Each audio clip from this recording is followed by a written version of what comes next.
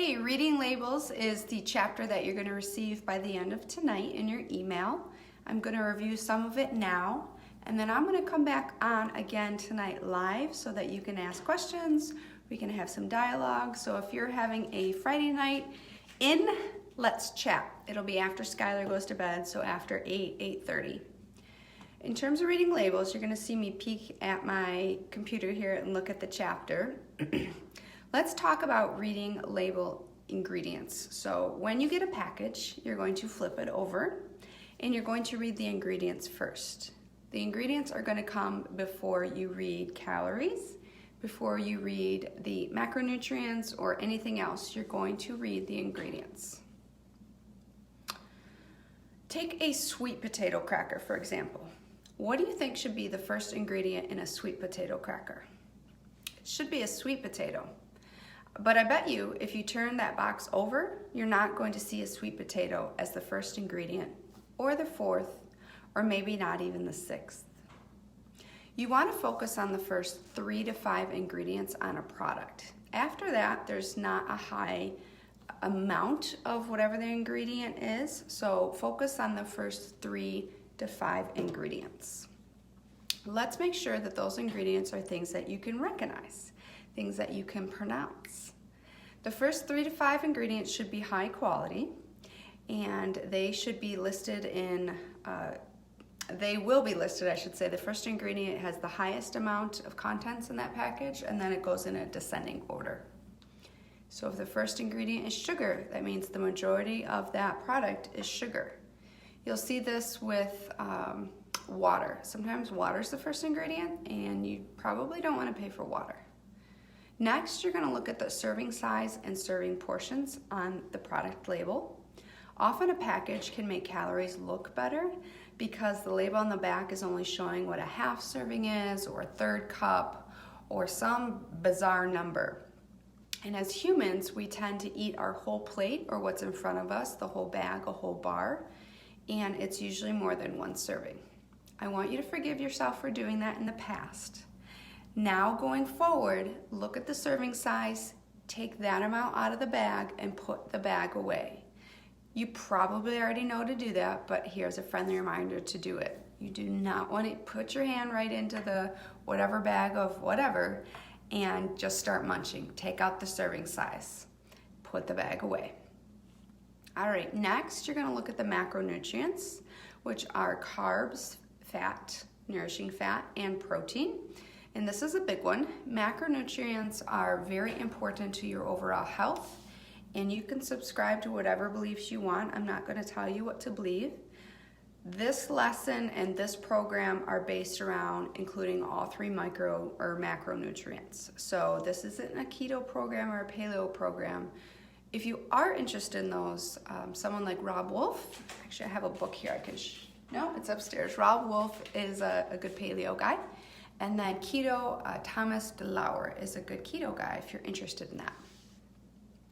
Nourishing fat is one of the macronutrients, and unfortunately, fat has been given a bad reputation because it's used as fat, the macronutrient, and fat as in your body fat, if you will. So unfortunately, the body fat has plagued the nutritional fat with this really negative feeling. We need healthy fat to burn fat. Please don't be scared of fat. We truly, truly need it. And you need enough to help you feel full, to digest your food. And did you know that fat doesn't spike your insulin like a carb does? So that's another thing to think about. Let me proceed through here. You're gonna get this whole chapter, so I'm just giving you the bullet points right now. Protein. You know that you need protein. I know that you're gonna ask me how much, so I've put some guidelines here in the chapter that you're gonna read.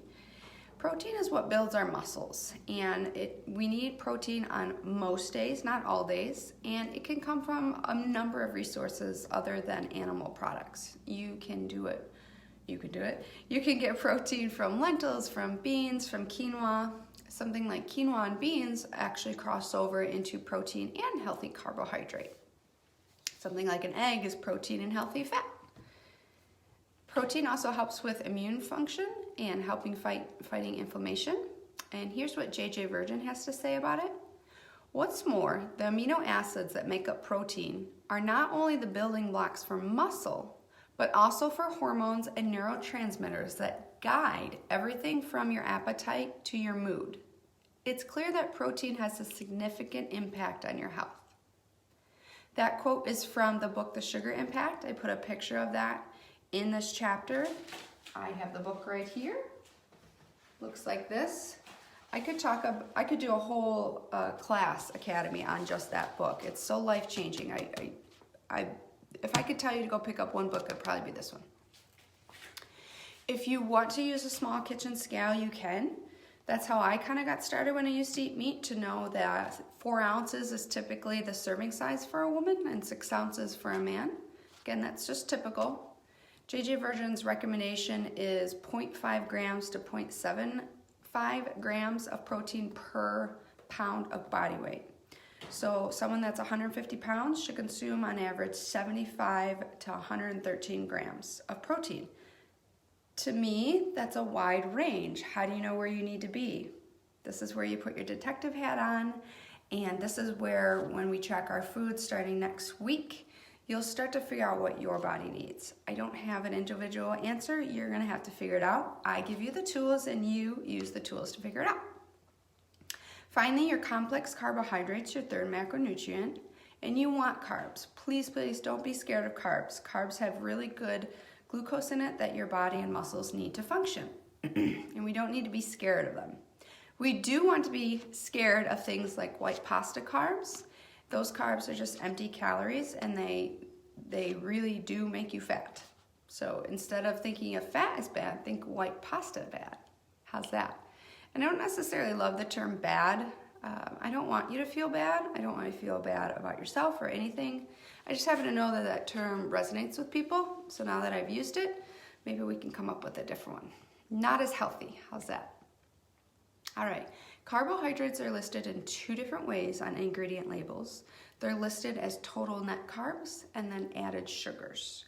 In the chapter that you're going to receive, you're going to see a nutrition label, and it shows where it says total carbohydrates and then added sugar. So let's talk about sugar a little bit. Sugar, sugar, sugar.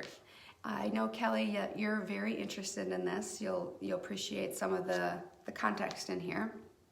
Sugar has so many different names on a label that I couldn't even include the 30 different names for sugar, but a couple of them are things like high fructose corn syrup. It's one of the cheapest ways to sweeten things.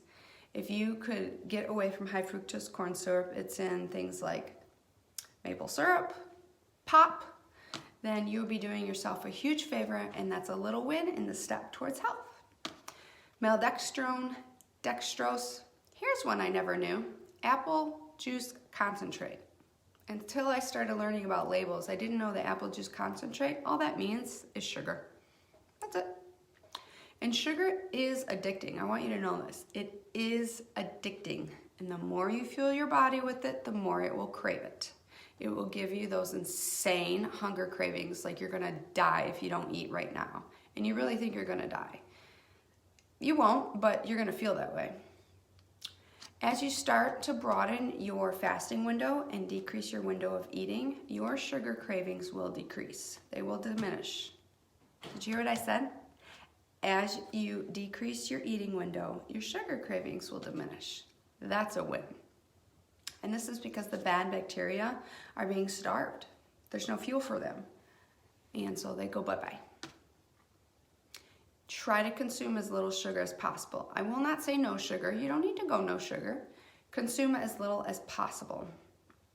Remember to look for added sugar under the macronutrient total carbohydrates. All right, you're gonna ask me how much sugar?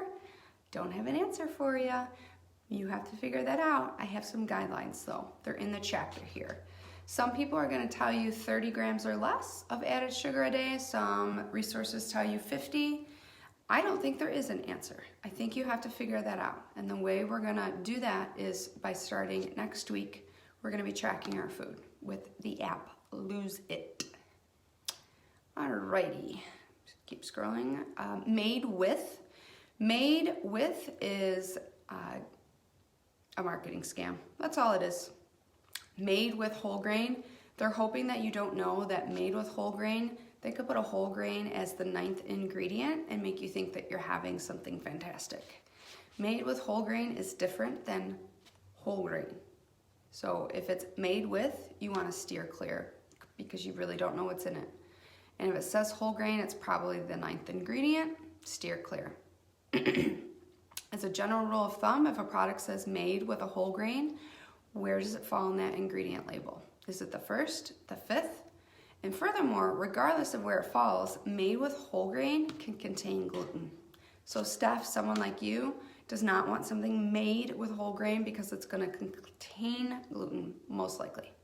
Gluten is a protein and it causes inflammation in the body due to the release of zonulin.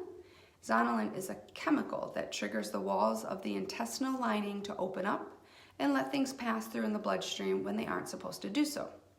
There will be more education on gluten, leaky gut, and inflammatory food in a separate chapter. For now, steer clear of made with.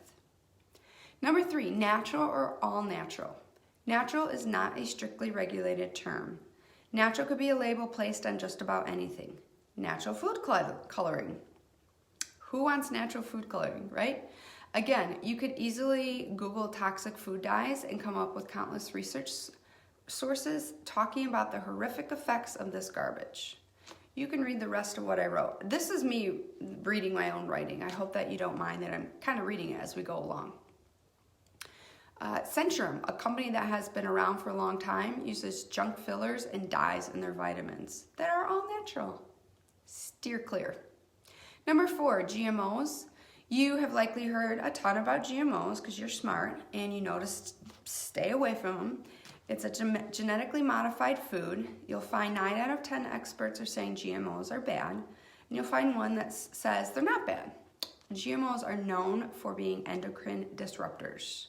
Your endocrine system helps to regulate your metabolism. Your metabolism directly impacts your weight and your waistline. How do you want that whole science experiment to go? Read the rest of what I have on GMOs in your chapter. Next term, organic. I have the symbol organic in your chapter. The term organic, for the most part, is decent. There are 3 kinds of organic terms on products. Number 1 is 100% organic. Number 2 is certified organic. Those both can use the USDA organic seal. And number 3, made with organic, cannot use the seal. It's probably better than a product without made with organic, but again, it cannot use the seal because the product does not contain at least 95% or above organic ingredients. How to budget for organic foods, a friendly reminder to use the Clean 15 Dirty Dozen, and I put that picture in here. Number 6, low fat. Low fat, fat-free, reduced fat, light, they're all playing on your fear of fat, and we've already talked about how you do not need to be afraid of fat. A lot of times these terms mean that they took fat out and they put sugar in. Sugar makes you fat, okay? So it's true when they say if you're gonna drink milk, drink full fat milk. If you're gonna eat something, eat full fat, not the sugar-free, low fat, reduced fat, blah, blah, blah. They've taken fat out and added sugar. You'll see it in the ingredient label. Bad fats, though, are a very different story. And your body lets you know that by responding to them with increased inflammation, weight gain, and conditions that raise your risk of chronic disease. Low-fat dairy spikes your blood sugar. That's because it's chock full of sugar. And it produces an insulin response the same way any high-sugar processed snack does. You don't want that. I have pictures of things that you can substitute in, like butter substitute for coconut cream. You can take frozen yogurt and do a sugar impact shake. Sugar impact is from JJ Virgin. This list is from her. Let's see, pretzels for roasted Brussels sprouts. That's a little bit of a stretch, but sure. Low-fat crackers for bean chips. That's a win. Skim milk for full-fat grass-fed milk. Sweetened creamer for coconut milk creamer. And you can see the rest in here. Number 7, this is something that in the last round of Drop Your Pants, people really appreciated. If you look at the barcode on a fruit and vegetable, look at the number that it starts with. If it's a number 4, a number 9, or a number 8. A number 4 means it is not organic, and it better be on the clean 15 or you're not eating it. Number 9 is organic. Feel free to indulge however you like. And then number 8 means GMO. It's a GMO. Steer clear. We don't like 4, we don't like 8. We only like 4 if it's on the clean 15.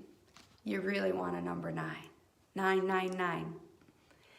Number 8, enriched bleached flour or enriched bleached wheat flour.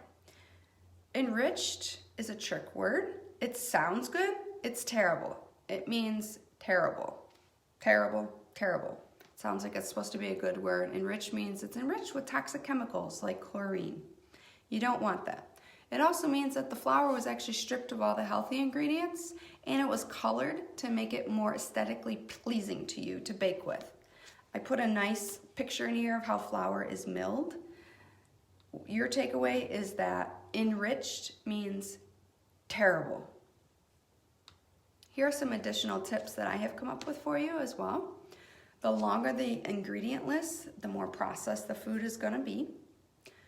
Number 2, vitamin and minerals are often marked on a product when they want you to buy it. If it seems too good to be true, it is. When products are stripped of their vitamins and nutrients, and then the manufacturer adds those back in, they do that so they can advertise that it has whatever macro or whatever vitamin micronutrient. If a product is healthy on its own, it doesn't need to advertise it. An apple is an apple, right? You know that's good for you. Can you pronounce it? Can you say it? I mean, let's not speak Chinese here. Most of you don't know Chinese. I don't know Chinese, but some of these labels are Chinese. I have nothing against the Chinese. It's just an example. And then, is it real food? We've talked a lot about packages and processed foods. If there's something that you could just as easily grab the real food, try to do that. Even if it's one thing a week. You know, the apple for the apple chips. I love you, Lisa. I know you're watching. And I please don't take that as anything other than encouragement. Just one swap out. And it was just an example because you shared it. I love you. Also in the chapter, I have an ingredient term list. I put good or not good in your food. I put a yes column, I put a no column, and then a maybe. I think that will be very helpful for you. Let's see what else I wanted. Oh, soy lectin. If soy lectin is in your product and the product is organic, you're probably okay. If it doesn't say it's organic, the soy likely is GMO. That's where it becomes a problem. I have a summary list of terms, and here's your take-home message. You won't be perfect. I'm not perfect, you're not perfect. You won't have all the answers when you're looking at these labels. That's okay. This is a way to wellness. This is my summary, I'm reading it. How am I doing? This is a way to wellness, not a specific cookie cutter plan for everyone. Read your labels. Be your own best detective. And be encouraging to yourself that with each trend towards health, that's a win. A win, a win, a win. When you're at the store, it's no big deal. You have your phone. You can look something up. It's easy. Just ask Mr. Google. I have some vitamins listed in your chapter this week. I have chapter 3 of the workbook as your workbook chapter. Your fitness for this week, check out Melissa Bender. I have a link in here. She's free. I have talked to her several times. She lives in Pittsburgh. We've actually tried to meet up a couple times on our way to go see my brother because she's literally halfway in between. Didn't work out, but nonetheless, she is a physical therapist, and now I think she still does that contractually just a little bit on the side, but she and her husband run their own online business for free called Bender Fitness. Tons and tons and tons of videos for free. You can do it home. I put a link in your chapter. All right, here is your to-do list. Again, it's in the chapter, and I will post it here later when I get home. I'm watching the time here because I have to pick Skylar up from daycare soon. Number 1, add or replace one fruit or vegetable from the Clean 15 Dirty Dozen list. So if you're buying something that is on the Dirty Dozen list, please swap it over to the Clean 15. Pick one, and this is a homework assignment. You need to report back. And I'm starting to get pretty stingy with homework. you need to report it in the Facebook group. Otherwise, what are you doing here? Are you just like thinking I'm pretty on camera? I actually did take a shower for you today, but what are you doing? Take some action. You're not gonna make any changes if you don't make any changes. Number 2, pick one food item in your pantry that you eat often. Everyone's gonna do this. Pick one. No shame in your game, pick one. I'll pick one too. I'll find something in our cabinets, and it can be something you're proud of or not, something that you're like, hey, that's my guilty pleasure. I have them too. I will show you. You're gonna take a picture of it, the ingredient label, and the front of the package, and then you're either gonna video yourself just like I'm doing now, or you can type in the comments about the ingredient label. And I bet you'll learn something about that ingredient label that you didn't know. So something like Elise found sugar in her coconut water. Now she knows a little bit better about how much coconut water to use.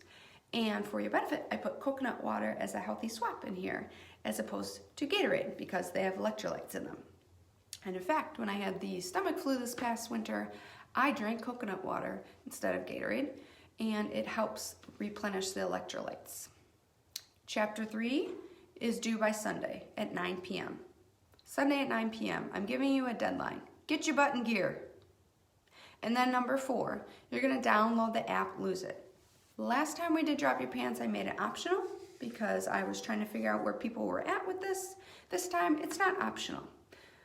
Tracking your food is part of learning. It's a pain in the butt. I don't even like doing it. I started doing it last week and I was like, oh, I really don't like doing this. Every single time I do it, I learn something. And you need to understand what you're eating and how it impacts your body. So you're gonna download the app, Lose It. I put a link in here to their website. All you have to do is click it. I have a picture of what the app looks like. It's super easy to use. And your deadline for that is to do it by Monday when we start tracking our food. Let me show you. I'm gonna hit the toolbox that I did a video with. Let me show you a book. This is a great book. What the fork are you eating? And it has tons of great pictures of labels. I should have had it ready to go. I know this is gonna be backwards based on how the camera is, that's okay. But it has pictures of labels and they take you through a box of crackers that has 26 ingredients listed on it. And it takes you through what each one of them are. So if you're interested in a book, you can get this one or something like it. I put this one in the resources of the chapter. I will send you the chapter tonight after Skylar goes to bed. I will come back on. I would love to know your feedback, and if there are more labels that you want to know about or discuss, bring it to the table. I adore you. I mean it.